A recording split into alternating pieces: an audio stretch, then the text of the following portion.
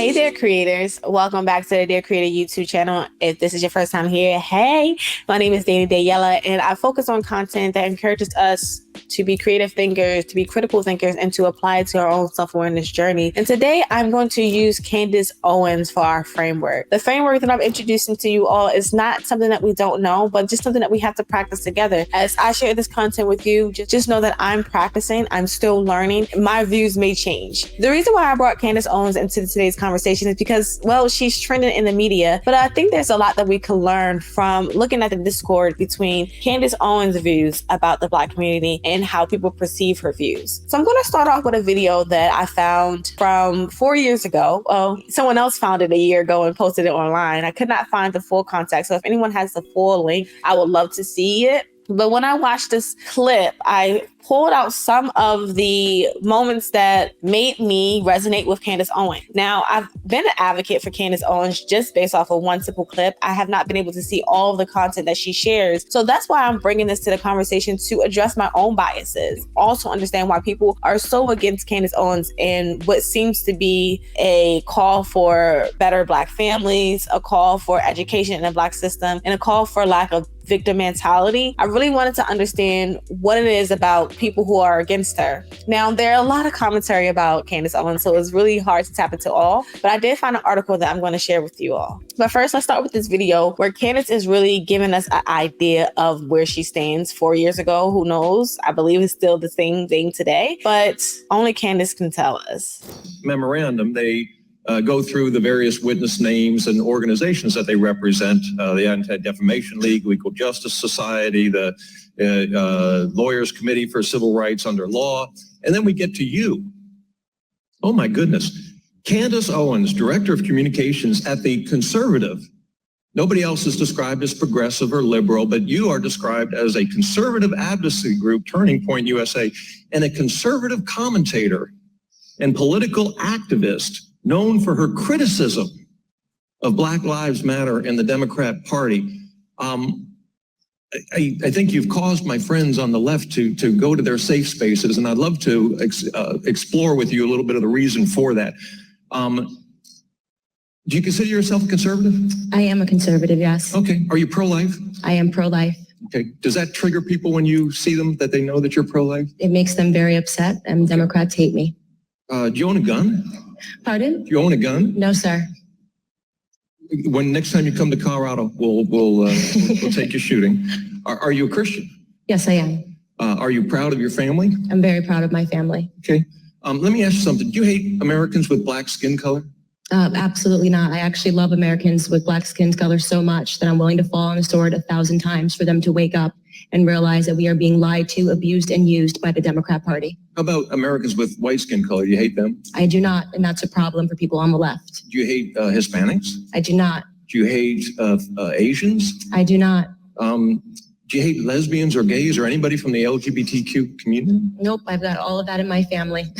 I'm baffled because in the chairman's opening statement, he said that you openly associate with purveyors of hate. Yes, purveyors of hate by his definition is anybody that supports the president. I support the president because he's done a tremendous job in helping the Black community, despite all of the rhetoric from the media and leftists who do not want him to be successful. Tell me a little bit about how the president has helped the Black community, if you would, please. Well, he's lowered the Black unemployment rate. It's the lowest it's ever been in the history. He's getting us off of our feet. We see, I believe the last number I checked was 3.5 million people are off of food stamps, something that the Black caucus sat down and didn't applaud. Neither did any of the Democrats applaud, because they want a system where Blacks are dependent on the government. They are people that put in place the policies that broke down the Black family. And the biggest problem that's facing our community is father absence. In every room that I've been in with the president, he talks about real issues, and he doesn't pander to us. He doesn't do Alexandria Ocasio-Cortez's Southern drawl accent and speaking to us like we're slaves. He asks us important questions. And the most important question he could have asked was, Black America, what do you have to lose? Because we were already losing under Democrat leadership. Do you believe that you openly associate with purveyors of hate? I absolutely do not. I have no tolerance for hate whatsoever. Do you believe that college campuses should be open discussions, or there should be open discussions on college campuses for various issues? I absolutely do. All right, so I'm going to stop it there. One of the things that I want to practice is I want to be a better listener. I also want to remove any biases that I have. And I also don't want to be all or nothing. I want it to be that whenever I communicate, whenever I am receiving content, that it's a mindful approach. And I know that it's going to take practice. So when I'm listening to Candace Owens, I have to understand that I'm presenting this video with a little bit more of an advocacy for Candace, because I hear her message. I don't view everything that she says as a response for me to get upset. There's content that I did not like about Candace when it comes to just simple things like speaking on Lizzo's weight or speaking on Taylor Swift, having fun. Those are things where I'm like, you know, but when it comes to these issues that seems like solution oriented for our society, I just didn't understand why there was so much friction. Because of those biases, I wanted to go on a search to figure out if there was a catch-all where we can look at all the things that really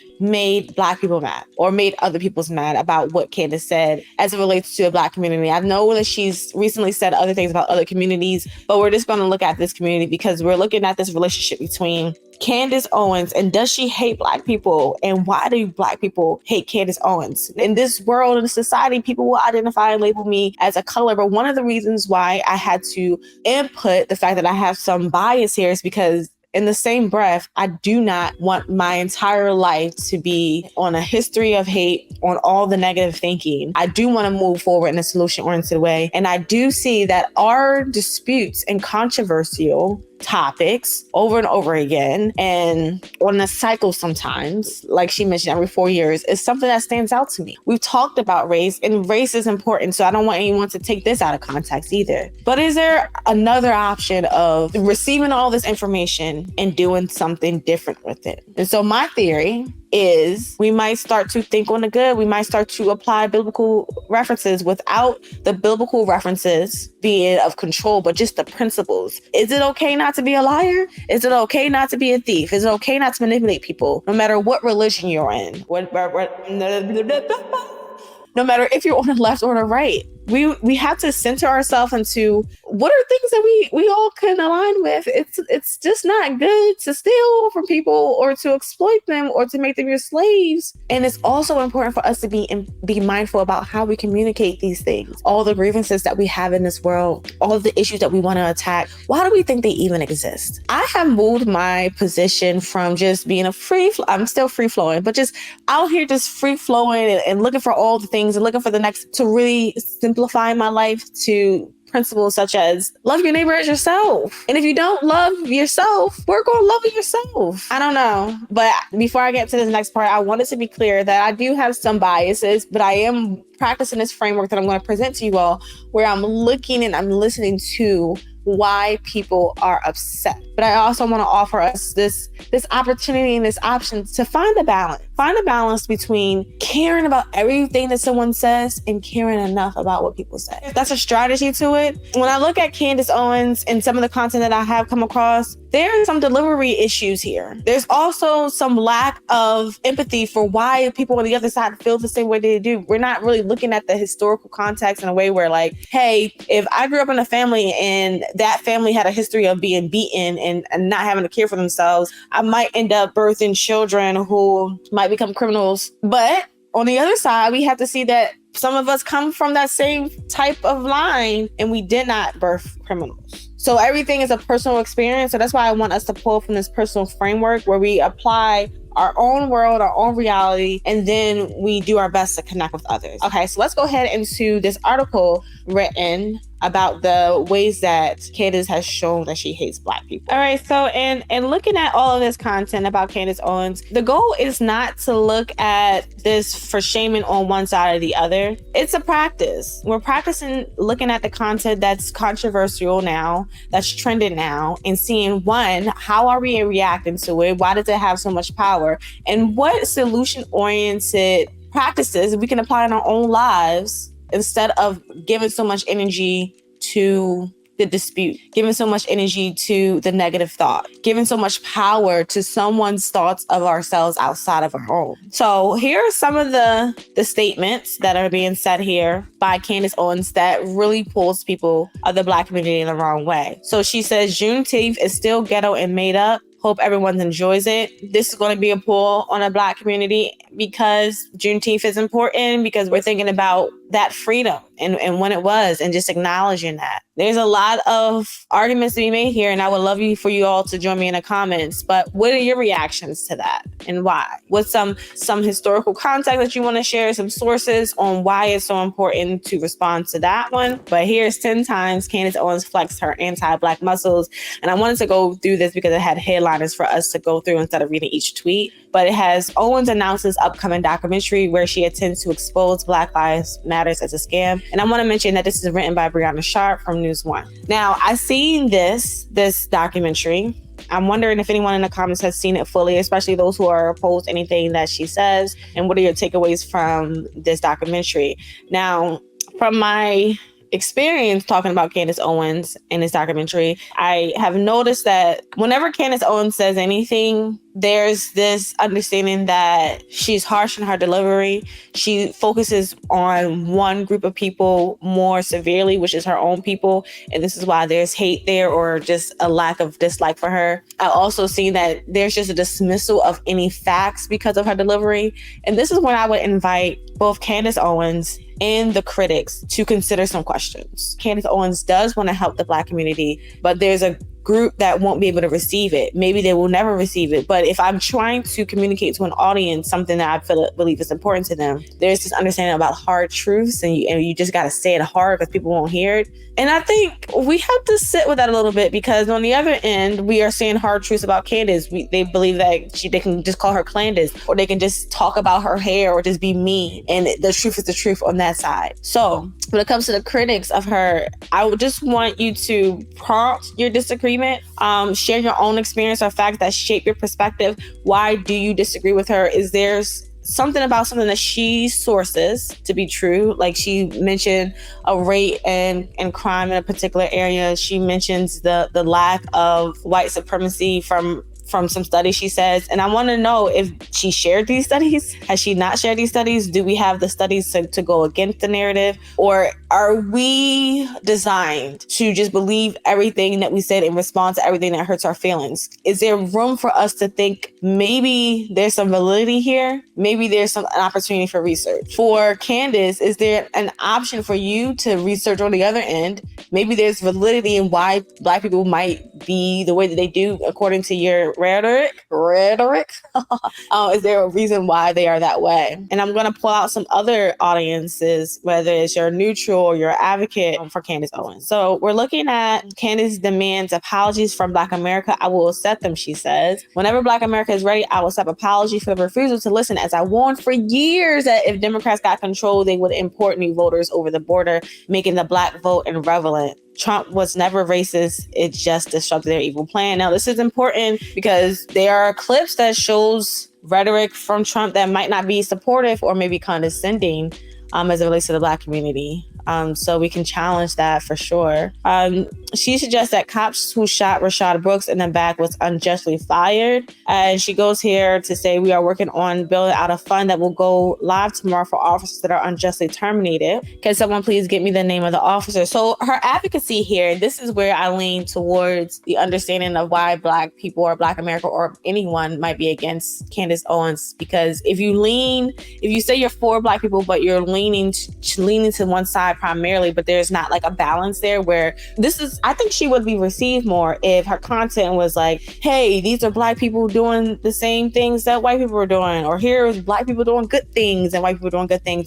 I think if there was a balance there, then there could be an argument that we shouldn't be looking at race, that we need to look at the content of the character of the people. But this is one of the things that I could not say with her, because I did see this and she was not for MLK, and she brought up all these things about MLK. Now I have more biases and I have something I stand hard on because I am an advocate for MLK. I appreciate his messaging, so I don't stand with her. But there's nothing about what Candace has said so far was like, I hate her. She can never come and have a good conversation with me. She should not be on this media platform. She should not be doing this. Just kick her out of the world. I have not got there. Primarily, one, because everything that somebody says does not have to own my world. And two, because I feel like there's so much more context that might not be introduced to the conversation that I'm not in the position to just fire off like that. So here's one. Candace Owens defends Central Park Karen who called cops. I can see that going left. Don't really know all of the things, but tell me in the comments if you pull from any of these stories, or this one that was the one that really made you mad. Let us know in a most mindful way how if there's anything that you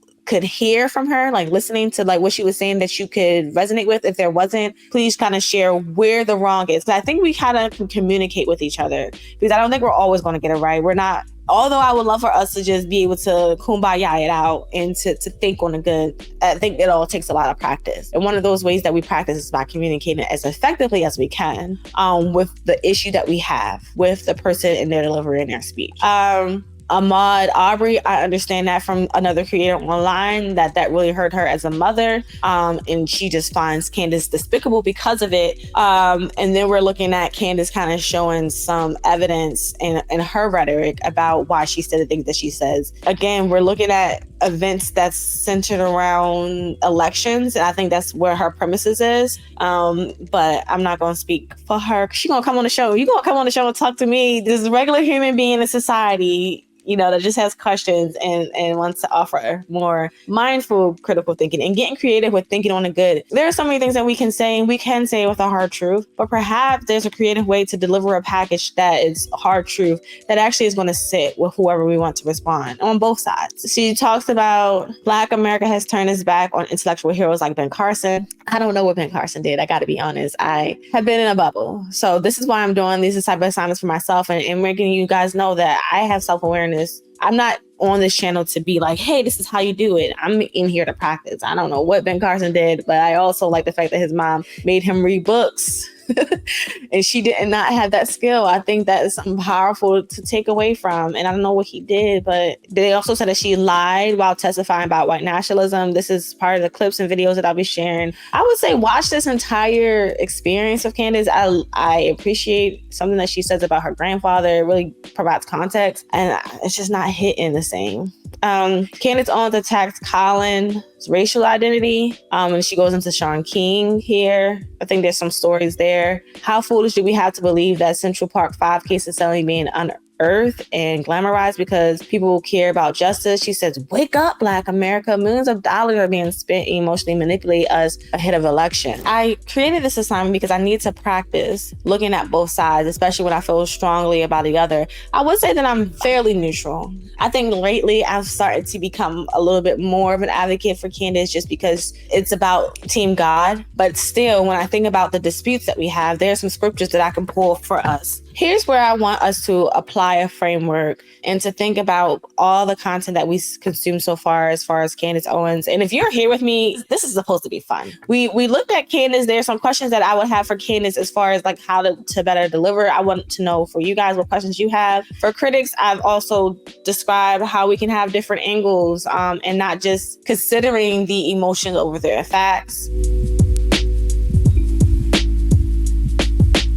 For those who advocate for Candace, what messages from Candace's do you find particularly empowering or true to your experience? And how do you discuss these ideas with those who may not see eye to eye with you? How do you practice discussing those without it being a dispute? In conversation with individuals opposed to Candace's viewpoints, how do you ensure that the dialogue remains constructive and not confrontational? I think we have to stay here because we have a lot of conversations between Black and white, men and women, all the politics, and it's really just divide us. We need to structure our conversation in a way where we're trying to get as close as we can to an understanding of why we got here in the first place. And the theory on my end seems to be simple. So my framework is really going to be based off of biblical principles because that's where I am in my stage in life. I grew up with a certain concept. I explored certain concepts, and I still find myself finding that there's more validity in the scriptures that I consume than the content that's causing disputes and thinking on the negative and all those things. Before I go into my closing, which is really going to describe some scriptures that I like, I want to share a video that's not related to Candace Owens about this idea of hard truths, because most of the observations that I've had when I looked at some of this content for this video is people are saying that they're just seeing the truth, whether it's on Candace's side or it's on the side of people who are against Candace. And I happened to come across this video and I thought, whoa, this kind of fits. So I want to know your takeaways as it refers to what Viola Davis is saying here. And I looked at the comments here and it looks like people are going to be upset about this too. But let's just look at what she's saying. Let's add it to the conversation. When people say, you don't want any friends around you who are not going to tell you the truth. Even though it's really hard, they tell you the absolute truth, even if it hurts. I've gotten to the point where that statement has bitten me in the more than I would like to admit. Because what happens is it gives people the license to be mean to you under the headline that I'm just being a friend. I'm just being honest.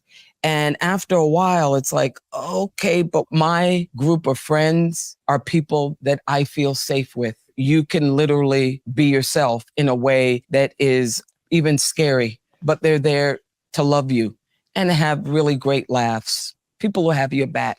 We're trying to talk about having each other's back here. If the Black community is for the Black community, we would still have to have the back of Candace Owens, despite where our perspective is or perception or how she or what we think she is. She's Black. She's experiencing Black experiences, and she's also experiencing a reality outside of just being labeled by being Black. Like she's being poised when she's with the adversary. She's confident in her speech. And I want to share this clip about that pulls from her and what I think her messaging has always been the entire time. But even in her delivery, she's saying that she's being a friend to the Black community, like the Black community owes her apology. At the beginning of this video, I shared a clip where she's saying that she very much loves the community, but the community doesn't feel that love. And so when I think about Viola Davis and I think about this friendship that we have, or just this friendship that we can have with ourselves so that we can have better friendships with each other in this world, it's a task to try it out, but I encourage us to. Now we have Juneteenth is still ghetto made up, which we saw earlier. And then we have her talking. Our boyfriends move drugs, which is what Breonna Taylor was actually doing, okay? Trailing her, that her name was on the warrant when they showed up at her place. It was not the wrong address. Everything the media told you was a lie. The police officers had every right to be at her property. They had been monitoring that property for weeks. They had a poll camera watching every single thing that group of people did because they were involved in meth, crack cocaine. They were moving drugs, and Jamarcus Glover was the person who was at the center of it, okay? That's the truth. You were told that the police officer shot her while she was asleep. No, she was standing in a hallway, right? You were told that nothing to do with anything and it was all an accident. It was not an accident, okay? She was knee deep in drugs. Most important part about this case, which no one is talking about, is that they fired first. They shot a police officer, and I shouldn't. Okay, so people are really upset about the White Lives Matter shirts. I need someone to dig in this for me a little bit, because I think her overall message is supposed to be to dismantle the race. And so if we could say Black Lives Matter, then we would have to say White Lives Matter. And we also would have to consider that if we're looking at the history of things, if the history of white people have been that they've been a certain way to Black people, but the people that we are dealing with in the present aren't doing the same things, are they supposed to still get punished because of what their ancestors did? And are we supposed to still get punished for what our ancestors did, or anyone in that case? But I think when people put all lives matter, they are understanding that, we can't just look at all lives matter because Black lives matter, because for a long time it hasn't mattered, and it's all been about white. That's why we're saying Black lives matter. And on the other breath, it's like there are some white people dealing with the government and all the issues and having same issues that the Black people today are having, and their life would matter. At some point, we would have to come together as one and stop separating ourselves if we don't want to walk around like we don't have a full body. When I embed my personal beliefs, I'm not playing on anyone else, but my vision of looking at us as one body, one source, the body of Christ. If we want to function in our entirety, we would have to realize that all the parts do matter. I want to come out and say, that I do not support George Floyd and the media depiction of him as a martyr for Black America. I'm going to explain why, and I hope that some of you guys will understand where I'm coming from. I have spent a considerable amount of time reading a lot. I think are some of the most brilliant Black Americans breathing. Walter Williams, Shelby Steele, Thomas Sowell, and I recently came across something that was an idea that was planted into my head by Shelby Steele, and it has been something that I cannot forget. It is something that will stick with me for the rest of my life, and it is something that I hope for the Black Americans that are watching will stick with you for the rest of your life. Shelby Steele said that the Black community is unique from other communities. Our culture is unique from other communities because we are the only community that caters to the bottom denominator of our society. Now, I'm going to try to make sure I'm more balanced than I have been, because so far I've been able to understand some of the rhetoric she shared. But again, this is a post that's sent to us, or not sent to us. Say that. This is a post that was presented to me on my feed from Shocker Bars, sharing some of the ways that Candace has hurt the Black community with her speech. I want to mention that as we go through these clips, and so far the clips that we've been showing, or me, my mind, body, and spirit, have been showing what pieces of content triggers you, what personal experiences or biases are influencing the way that you respond, if any. I really want us to practice these things. And I know that I had a lot of questions throughout this video, and it seems like a lot is going on here. There's a lot of time to spend on one human being. We're using the content that we are consuming every day. And if you clicked on this video, you might have had interest in Candace Owens' conversations in one way or the other, whether you wanted to bash her, whether you wanted to support her, or whether you just wanted to know, like I did. I just really wanted to go into some of this content with an understanding of the Discord. And I don't think I'm ever going to understand the Discord. I think the Discord is going to continue to go as long as we continue to give it power and not focus on things that really could elevate us as in the spiritual world. But that got a little deep too fast. So let's go back into some of the content that's being shared here. The actually worst thing to be in this society, if one thing I would not want to be, is a straight white male. For some reason, that's considered problematic, right? You have to be something. So people lie. They're lying on college applications. They're like, okay, I'm white, but I'm also trans. And you're like, what? Why are you pretending? Because, oh, I don't want people to think I'm too normal, right?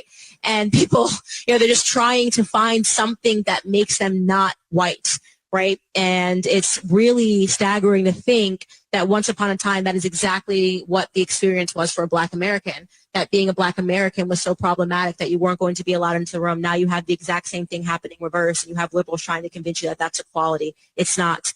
All lives matter, and that's including white lives matter, If I see a Black pilot, I'm going to be like, boy, I hope he's qualified. Well, that's the You wouldn't have done that. You wouldn't have done that before. That's not an immediate. No, you wouldn't that's have done not that who before. I am. That's not what I believe. It is the reality the left has But created. So you can see why the left loved that clip and why they're now calling Charlie Kirk, who I worked for and with for years, an avowed racist. He says that that's going to be his first thought if he sees a Black pilot. And you know what? I said the exact same thing on this show just a couple of weeks ago.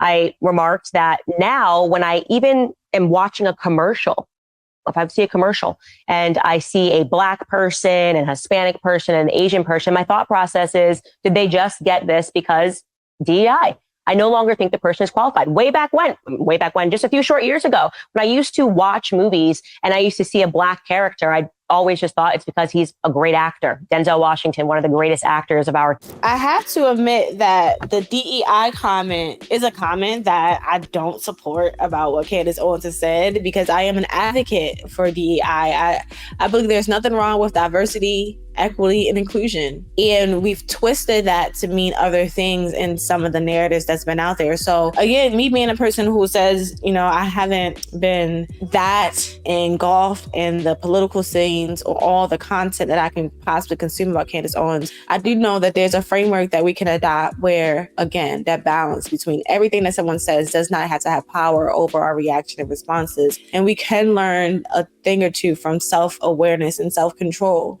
although we're talking about these different concepts of left versus right and black versus this, things like that, my primary takeaway is not for us to not even lean too much in the discord. It's important for us to have these conversations, but there's something so much more important. And I want to share this book with you guys. It's called Outwitting the Devil. This is by Napoleon Hill. It's an interview. And once I read this book, I had to read this book and combine it with what my journey has been like with the Bible and my relationship with God. Reading this book actually also brought me kind of back to what understanding there is beyond this bubble I was in, that everything is good, that there is a bad side or evil side. And however we want to name it or label it, it's going to look different between different communities. But there's something deep in my heart that feels like we do know what's going to be helpful for not only ourselves, but the community around us if we try a little bit hard at looking for that good and thinking on that good. So I'm still going to be an advocate for positive thinking. When I think about my framework, I am using biblical principles because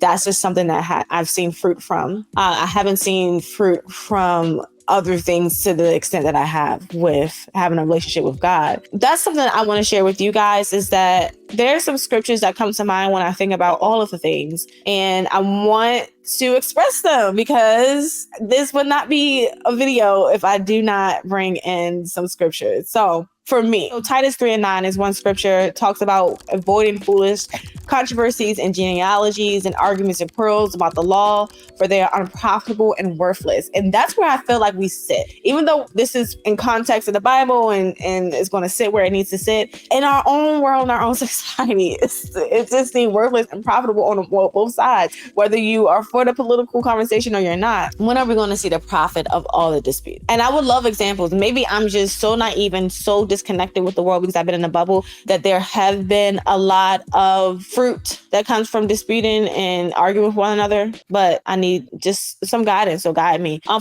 Peter 4:8, above all, love each other deeply because love covers a multitude of sins. I've seen this video and I'm going to share with you in a link of this man's testimony about experiencing hell. I know I just went way over somewhere else, but he talks about this entity and this force that's against us and us being mankind, humankind, and the type of hate that we have for one another doesn't even amount to the type of hate that these entities outside of us have for us. And if this is true, and if there's something that we, even if we don't believe in it, we could adopt this one thing, is we need to love each other more than these certain entities or interactions are working against us. So if we have all of these disputes and it's not leaving us anywhere, what happens if we did try our very, very best? And I know this is a Martin Luther King thing, so I know people won't always sit with Martin Luther King in places like this, and there's other content that he has. But when it says like, just love each other, it's not just one side that needs to do it. We all have to do it. And when I look at those who are on the side of the so-called dominant race, there's a fear on that side too of things. And there's even a lack of, there gotta be,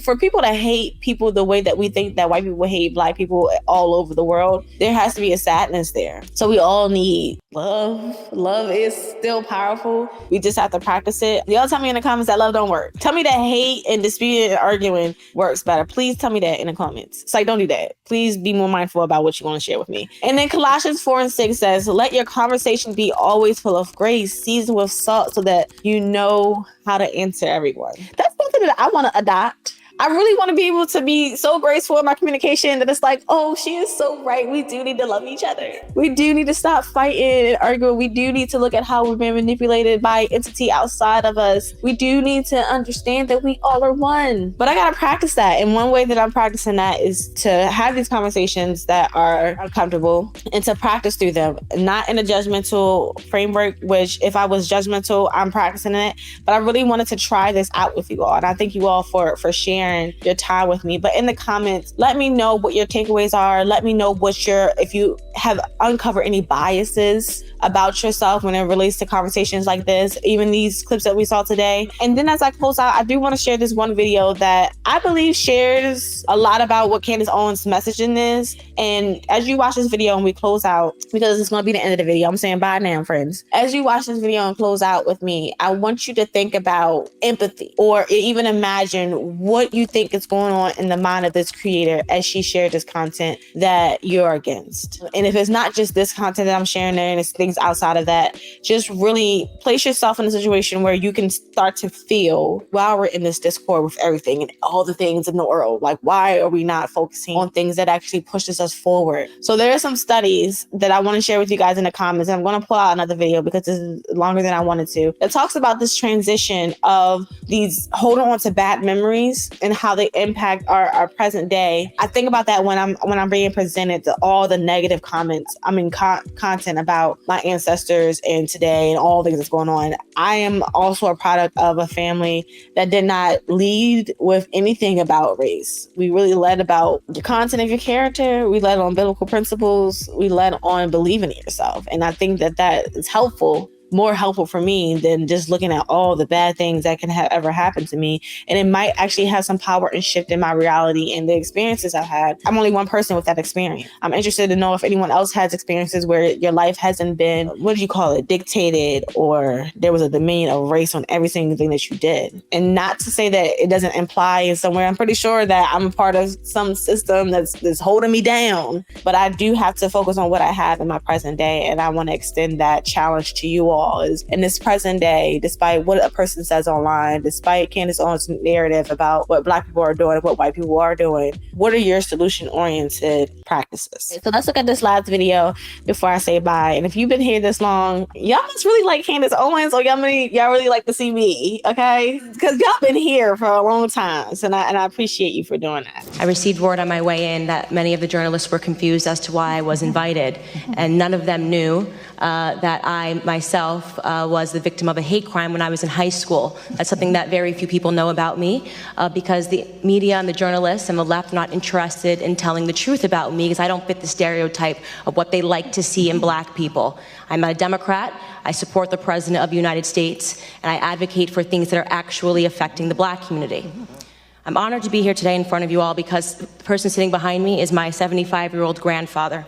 I've always considered myself to be my grandfather's child, and I mean to say that my sense of humor, my passion, and my work ethic all comes from the man that is sitting behind me. My grandfather grew up on a sharecropping farm in the segregated South. He grew up in an America where words like racism and white nationalism held real meaning under the Democrat Party's Jim Crow laws. My grandfather's first job was given to him at the age of 5 years old, and his job was to lay tobacco out to dry in an attic in the South. My grandfather has picked cotton, and he has also had experiences with a Democrat terrorist organization of that time, the Ku Klux Klan. They would regularly visit his home and they would shoot bullets into it. They had an issue with his father, my great-grandfather.